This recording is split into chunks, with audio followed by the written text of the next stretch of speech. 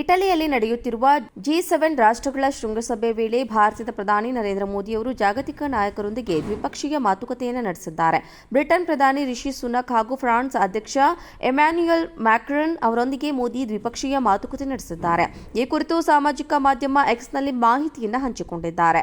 Britain ಪ್ರಧಾನಿ ರಿಷಿ ಸುನಕ್ ಅವರ ಭೇಟಿಯಿಂದ ಸಂತೋಷಗೊಂಡಿದ್ದೇನೆ. NDA ಸರ್ಕಾರದ 3ನೇ ಅವಧಿಯಲ್ಲಿ ಭಾರತ ಹಾಗೂ ಬ್ರಿಟನ್ ಸಮಗ್ರ ಕಾರ್ಯತಂತ್ರದ ಪಾಲುದಾರಿಕೆಯನ್ನು ಇನ್ನಷ್ಟು ಬಲಪಡಿಸುವ ತನ್ನ ಬದ್ಧತೆಯನ್ನು ಪುನರುಚ್ಚರಿಸಿದೆ. ಸೆಮಿಕಂಡಕ್ಟರ್ಗಳು, ತಂತ್ರಜ್ಞಾನ, ವ್ಯಾಪಾರ ಹಾಗೂ ರಕ್ಷಣಾ ವಲಯಗಳಲ್ಲಿ ಬಾಂಧವ್ಯ ಮತ್ತಷ್ಟು ದೃಢವಾಗಿಸಲು ಉತ್ತಮ ಅವಕಾಶವಿದೆ ಎಂದು ಪ್ರಧಾನಿ ಮೋದಿ ಹೇಳಿದ್ದಾರೆ. ಇಟಲಿಯಲ್ಲಿ ನಡೆಯುತ್ತಿರುವ G7 ರಾಷ್ಟ್ರಗಳ ಶೃಂಗಸಭೆ ವೇಳೆ ಭಾರತದ ಪ್ರಧಾನಿ ನರೇಂದ್ರ ಮೋದಿಯವರು ಜಾಗತಿಕ ನಾಯಕರೊಂದಿಗೆ ದ್ವಿಪಕ್ಷೀಯ ಮಾತುಕತೆಯನ್ನು ನಡೆಸಿದ್ದಾರೆ. ಬ್ರಿಟನ್ ಪ್ರಧಾನಿ ರಿಷಿ ಸುನಕ್ ಹಾಗೂ ಫ್ರಾನ್ಸ್ ಅಧ್ಯಕ್ಷ ಎಮ್ಯಾನ್ಯುಯಲ್ ಮ್ಯಾಕ್ರನ್ ಅವರೊಂದಿಗೆ ಮೋದಿ ದ್ವಿಪಕ್ಷೀಯ ಮಾತುಕತೆ ನಡೆಸಿದ್ದಾರೆ. ಈ ಕುರಿತು ಸಾಮಾಜಿಕ ಮಾಧ್ಯಮ ಎಕ್ಸ್ನಲ್ಲಿ ಮಾಹಿತಿಯನ್ನು ಹಂಚಿಕೊಂಡಿದ್ದಾರೆ. ಬ್ರಿಟನ್ ಪ್ರಧಾನಿ ರಿಷಿ ಸುನಕ್ ಅವರ ಭೇಟಿಯಿಂದ ಸಂತೋಷಗೊಂಡಿದ್ದೇನೆ.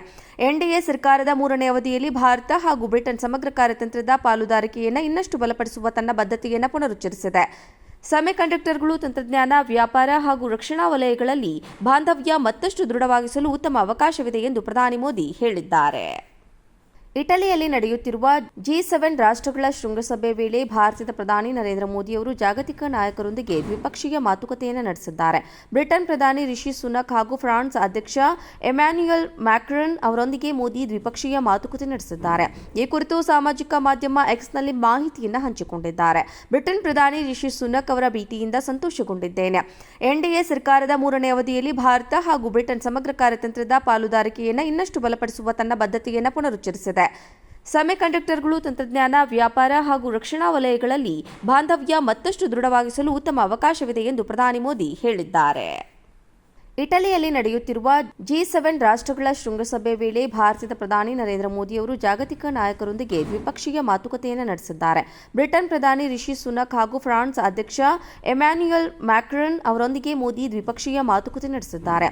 ಈ ಕುರಿತು ಸಾಮಾಜಿಕ ಮಾಧ್ಯಮ ಎಕ್ಸ್ನಲ್ಲಿ ಮಾಹಿತಿಯನ್ನು ಹಂಚಿಕೊಂಡಿದ್ದಾರೆ. ಬ್ರಿಟನ್ ಪ್ರಧಾನಿ ರಿಷಿ ಸುನಕ್ ಅವರ ಭೇಟಿಯಿಂದ ಸಂತೋಷಗೊಂಡಿದ್ದೇನೆ.